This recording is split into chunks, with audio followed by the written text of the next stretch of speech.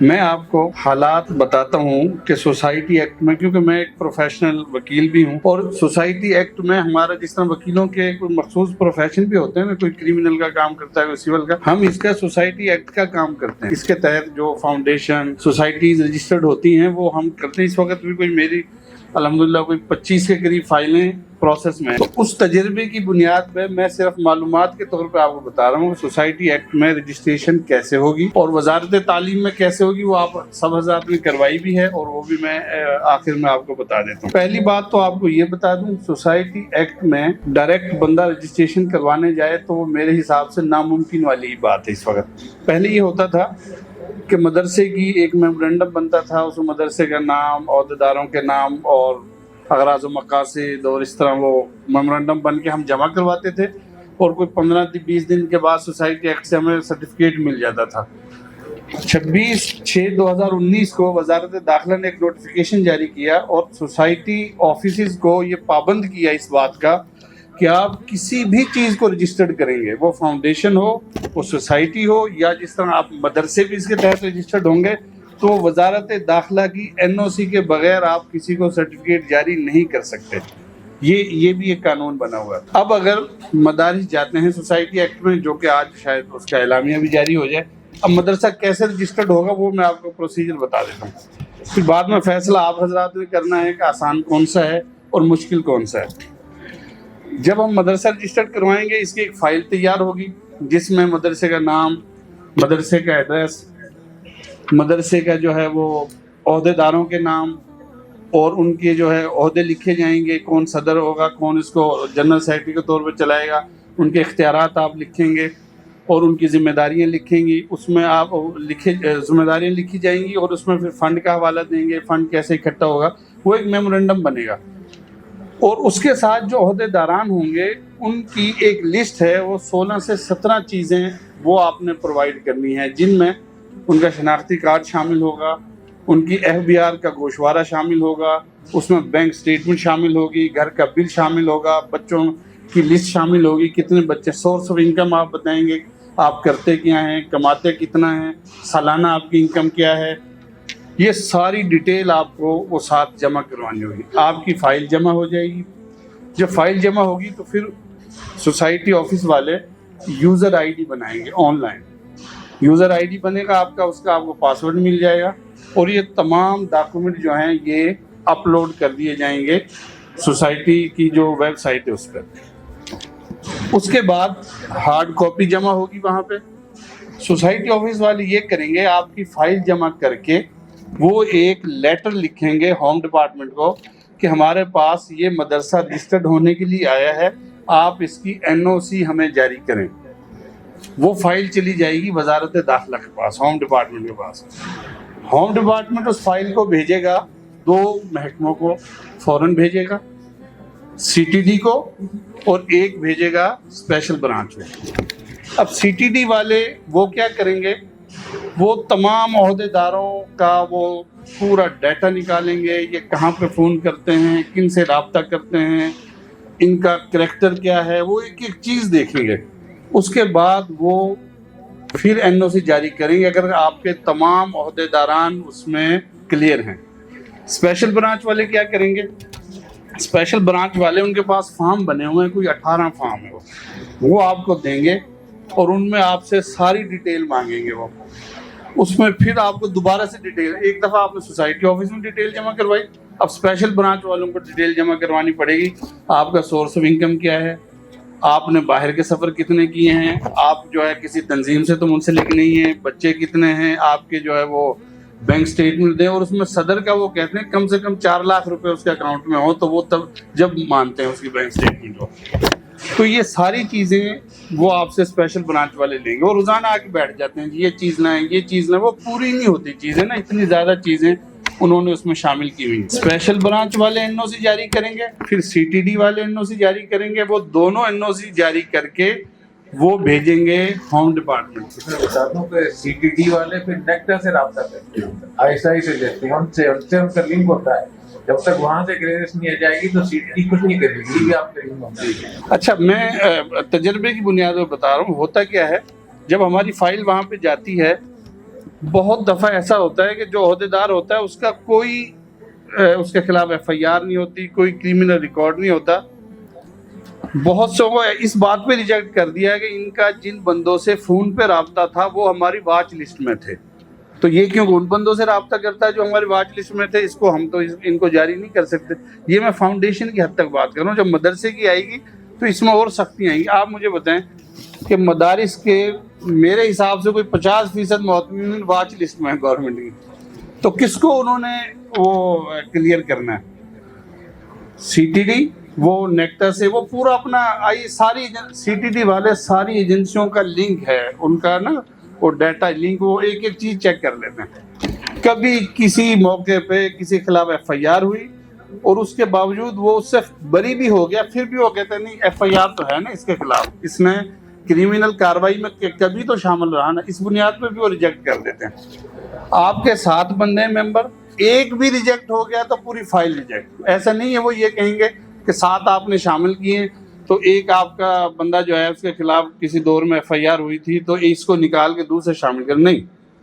آپ کو تو پتہ ہی نہیں ہوتا, نہ سی ٹی ڈی کا آفس کا آپ کو پتہ چلے گا کہاں پہ ہے, نہ اسپیشل برانچ کا آفس کا پتہ چلے گا کہاں پہ ہے. ہم تو کیونکہ وکیل ہیں, ہم ان کو ڈھونڈ لیتے ہیں, ان سے بھی رابطہ کرتے ہیں, چیزیں ان کو پوری کر کے دیتے ہیں. اچھا, یہ دونوں ادارے جب مطمئن ہوں گے تو اس کے بعد پھر وہ بھیجیں گے وزارت داخلہ, پھر وزارت داخلہ اپنے طور پہ دیکھے گا, اور وہ اگر مطمئن ہوگا تو وہ پھر این او سی بنائے گا, وہ این او سی بھیج دے گا سوسائٹی آفس میں. پھر سوسائٹی آفس والے وزٹ کریں گے وہاں مدرسے کا جا کے, اور اس کے بعد جو ہے وہ پھر وہ سرٹیفکیٹ جاری کریں گے. یہ ایک اتنا مشکل مرحلہ ہے, اس کی لاکھوں روپے فیس لیتے ہیں وکیل, ہم بھی لاکھوں روپے ہی فیس لیتے ہیں, یعنی کوئی ہمارے پاس آ جائے گی ہم نے, کیونکہ اس میں پیسہ بھی خرچ ہوتا ہے اور وقت بہت زیادہ اس میں لگ جاتا ہے. اور ایک تو یہ پہلا مرحلہ ہے, اور دوسرا قانون یہ بنا ہوا ہے کہ جو سرٹیفکیٹ سوسائٹی آفس جاری کرے گا اس کے لیے لازم ہے وہ چیریٹی کمیشن میں بھی جائے. جب آپ مدرسہ سوسائٹی ایکٹ سے منظور ہوگا, آپ کا سرٹیفکیٹ مل جائے گا, تو آپ کا بینک اکاؤنٹ کوئی مرحلہ تب تک نہیں چل سکے گا جب تک آپ چیریٹی کمیشن میں نہیں جاتے. آپ کو سوسائٹی آفس نے سرٹیفکیٹ جاری کر دیا, اب آپ یہی فائل جو پروسیجر میں نے پہلے بتایا, یہ سارا پروسیجر آپ پھر ان کو جمع کروائیں گے چیریٹی کمیشن میں. وہ آن لائن ڈیٹا آپ کا اپلوڈ کریں گے, وہ بھی اپنی فائل بھیج دیں گے ہوم ڈپارٹمنٹ کو. یہ دوبارہ سے پھر آپ کی وہ انکوائری شروع ہو جائے گی. وزارت داخلہ پھر دوبارہ بھیجے گا C T D special branch کو, پھر دوبارہ وہ ایک دفعہ پھر انکوائری کریں گے سب نا. اس کے بعد وہ مطمئن ہوں گے تو وہ اوکے کریں گے, پھر چیریٹی کا آپ کو سرٹیفکیٹ ملے گا. کیوں ٹائم بہت کم ہے اس لیے میں آپ کو یہ نا مختصر بتا رہا ہوں, یعنی کہ اتنا لمبا پروسیس ہے یہ. ایک تو یہ آپ مکمل کر لیتے ہیں, پھر اس کے بعد سوسائٹی آفس میں ہر سال آپ کو رینیول کروانی ہے, ہر سال آپ کو سرٹیفکیٹ لینا پڑے گا. اس کا کیا طریقہ ہے؟ اس کے لیے آپ پورا سالانہ آڈٹ اپنا جمع کروائیں گے, جس طرح بھائی عثمان نے بتایا. آڈیٹر ہوگا وہ چارٹرڈ اکاؤنٹنٹ وہ ہو جو رجسٹرڈ ہو, اس سے اسٹیمپ لگی ہوئی ہو. آپ پورا اپنا انکم کا حساب ان کو دیں گے, اخراجات کا حساب دیں گے, اور پوری کارروائی ان کو لکھ کے بتائیں گے ہم نے پورے سال میں کیا کیا. پھر اس کے بعد ایک سرٹیفکیٹ آپ کو سال بعد لینا پڑے گا سوسائٹی آفس سے ہر سال, اور چیریٹی کمیشن سے ہر 2 سال بعد لینا پڑے گا, یعنی کہ دونوں محکمے برابر چلیں گے. تو یہ سوسائٹی ایکٹ کے تحت یعنی کہ اس طرح ایک ادارہ رجسٹرڈ ہوگا. اور دوسری طرف جو وزارت تعلیم میں ہے, وہاں آپ سب حضرات نے اپنے مدارس رجسٹرڈ کروائے ہیں, وہاں آپ ایک فارم لیتے ہیں, فارم فل کر کے آپ جمع کرواتے ہیں. 7 مدرسہ جس بورڈ سے آپ الحاق ہیں وہ الحاق نامہ ساتھ لگاتے ہیں, 8 دن میں 10 دن میں 15 دن میں آپ کو سرٹیفکیٹ مل جاتا ہے. یہ جب معاملہ سامنے ہوا, ایک تو ادارے کا حصہ ہونا ایک علیحدہ چیز ہے. میں بطور وکیل اس چیز کو بڑا سوچ رہا تھا کہ ہمارے علماء حضرات ہمیشہ پریشان رہے کہ سی ٹی ڈی والے جان نہیں چھوڑتے, اسپیشل برانچ والے جان نہیں چھوڑتے, وہ معلومات لیتے ہیں, پیچھے پیچھے پھر رہے ہوتے ہیں, یہ بتائیں وہ بتائیں. جب یہاں پہ مدرسے رجسٹرڈ ہونے لگے تو ان سب سے جان چھوٹ گئی. جو آپ ایک اور پریشان ہوتے ہیں نا, آپ کے ہر 6 ماہ بعد وہ ریکارڈ لینے آتے ہیں سی ٹی ڈی والے, اسپیشل برانچ والے, ہر سال وہ آ کے پوچھتے ہیں بچے کی. یہ ان کی ڈیوٹیاں لگی ہوئی ہیں, وہ تمام اداروں میں آتے ہیں. ہم سمجھتے ہیں صرف مدرسے میں نہیں آتے, وہ ہر محکمہ, جس طرح ایکسائز والے ہر 6 ماہ بعد فیکٹریوں میں پہنچے ہوتے ہیں, ان کی ڈیوٹیاں ہیں. وہ سالانہ انہوں نے وہ گوشوارے جمع کرنے اور وہ جمع وہاں کروا آج دیتے. کے جو ہے نا اسلام آباد یونیورسٹی ہے نا، اس کا میں ممبر ہوں نا، اس کے جو بورڈ آف ٹرسٹی، تو اس کا آپریشن شروع کیا ہوا ہے. پھر میں یہ جو پشاور سے دھرنا آیا تھا نا، اس میں بہت سارے لوگ آگر وہاں یونیورسٹی میں ٹھہرے ہوئے ہیں، اور 30,000 طلبہ طالبات ہیں، اور انہوں نے یونیورسٹی کے طلبہ طالبات نے انتظامیہ پر پابندی لگا دی کہ ہمارے پوچھے بغیر آپ داخل بھی نہیں ہو سکتے. اب اس پہ پورا ان کا وہ ہو رہا ہے کہ اس کو کیسے کریں. تو وہ تو جہاں بھی ان کو شک ہوگا جائیں گے، آپ کسی کو ماریں پھر آپ سے پوچھے گی کوئی نہیں. تو اس میں یعنی کہ مدارس کی رجسٹریشن سے ایجنسیوں سے جان چھوٹ گئی تھی، اور وزارت تعلیم کے تحت جو ڈی جی آر بنا ہوا ہے، ڈی جی آر ای، وہاں تو کوئی ایجنسیوں کا تعلق ہی نہیں ہے. آپ نے اس کا تو آپ لوگ گواہ ہیں کہ کسی نے C T D special branch سے این او سی نہیں لیا آپ کی رجسٹریشن کی، لیکن یہاں لینا پڑے گا. اور مجھے یہ بات مجھے نہیں سمجھ آ رہی کہ اس کی کیا وجہ ہے اور کیوں لوگ اس کو سمجھ نہیں رہے، اور آنکھیں بند کر کے سب کہہ رہے ہیں جی سوسائٹی ایکٹ میں جانا ہے، سوسائٹی ایکٹ میں جانا ہے. اس دلدل میں پھنسنے والی بات ہے. یہ میرے خیال سے دلدل ہے، کیونکہ علماء کو C T D special branch نے مجھے نہیں لگتا کوئی 90% کو وہ کلیئر کریں، کوئی 10% کو انہوں نے کرنا. جتنی سخت ان کی اسکروٹنی ہوتی ہے، تو اس سے نکل کے وزارت تعلیم میں آئے، ون ونڈو آپریشن شروع ہو گیا، لیکن دوبارہ سے اتنی جد و جہد کے بعد اسی دلدل میں پھینکا جا رہا ہے. کل کو جب این او سی نہیں ملے گا، اچھا جو بڑے مدارس ہیں وہ تو فیسیں بھی ادا کر دیں گے، وکیلوں کو لاکھوں روپے جو وکیل فیس لیتے ہیں. ایک گاؤں کا مدرسہ، قصبے کا مدرسہ، وہ کہاں سے دیں گے لاکھ روپے فیس؟ اور کیسے وہ C T D special branch والوں کو مطمئن کریں گے؟ میں ایک چھوٹی سی ایگزامپل آپ کو دیتا ہوں. ایک کمپنی ہے، انہوں نے کہا ہم نے فاؤنڈیشن بنانی ہے. ہم نے ان کی فاؤنڈیشن پروسیس شروع کیا. وہ اسپیشل برانچ والے ان کا آفس پہنچ گئے، وہ اتنی معلومات ان سے لی، انہوں نے مجھے بلایا، انہوں نے کہا جی ہم نے کوئی فاؤنڈیشن رجسٹر نہیں کروانی، یہ آئندہ ہمارے آفس میں نہیں آنے چاہیے ایجنسیوں کے بندے. وہ پھر ہم نے ان سے رابطہ کیا، ان کو منع کیا کہ آپ نے جو معلوم ہم سے، وہ اتنا تنگ کرتے ہیں کہ کاروباری لوگ بھی تنگ آ جاتے ہیں ان سے. اور مولویوں کو ہم خود بخود ان کی پاکٹ میں ڈال رہے ہیں، جی ہماری سکروٹنی کریں، ہمارے ایسٹ پوچھیں، ہمارا ایف بی آر چیک کریں، ہمارا بینک اکاؤنٹ چیک کریں. ہم خود ان کو دعوت دے رہے ہیں.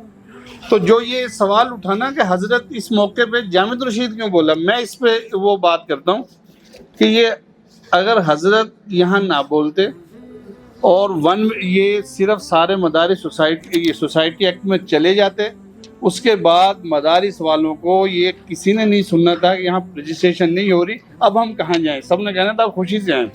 تو یہ حضرت کا احسان ہے بہت بڑا کہ حضرت نے اتنی جد و جہد کی کہ دونوں دروازے کھلوا دیے، کہ اگر ادھر سے کسی کا مدرسہ رجسٹر نہیں ہو رہا تو اس کے لیے دوسرا دروازہ موجود ہے.